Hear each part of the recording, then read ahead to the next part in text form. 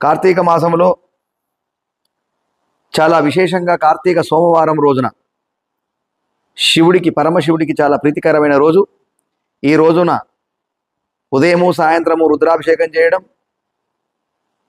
మన యొక్క గృహమునందు, పూజామందిరమునందు, తులసి చెట్టు వద్ద, ఉసిరిక చెట్టు వద్ద, శివాలయములో మరి దీపారాధన చేయడం, అదేవిధంగా రుద్రాభిషేకం చేయడం,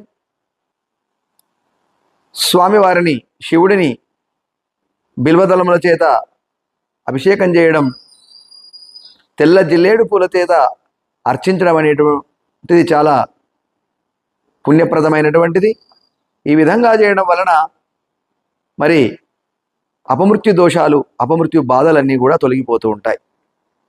ముఖ్యంగా ప్రదోష సమయం, కార్తీక మాసంలో కార్తీక సోమవారం నాడు కానీ, ఏకాదశి రోజు కానీ, అదేవిధంగా క్షీరాబ్ది ద్వాదశి రోజు కానీ, పూర్ణిమ రోజు కానీ, మరి ముఖ్యమైనటువంటి విశేషమైనటువంటి పర్వదినాలలో ప్రదోష సమయములు అనగా సూర్యాస్తమయం తర్వాత 1 గంట సమయం ఉంటుంది.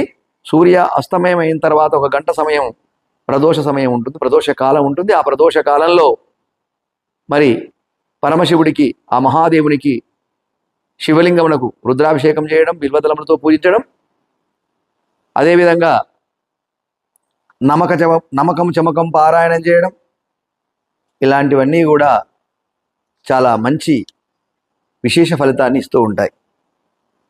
మనకు సకల దోషాలను కూడా నివారణ చేస్తూ ఉంటాయి.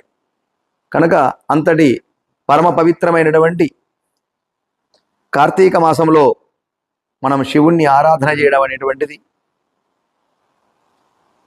చాలా ముఖ్యమైనటువంటిది.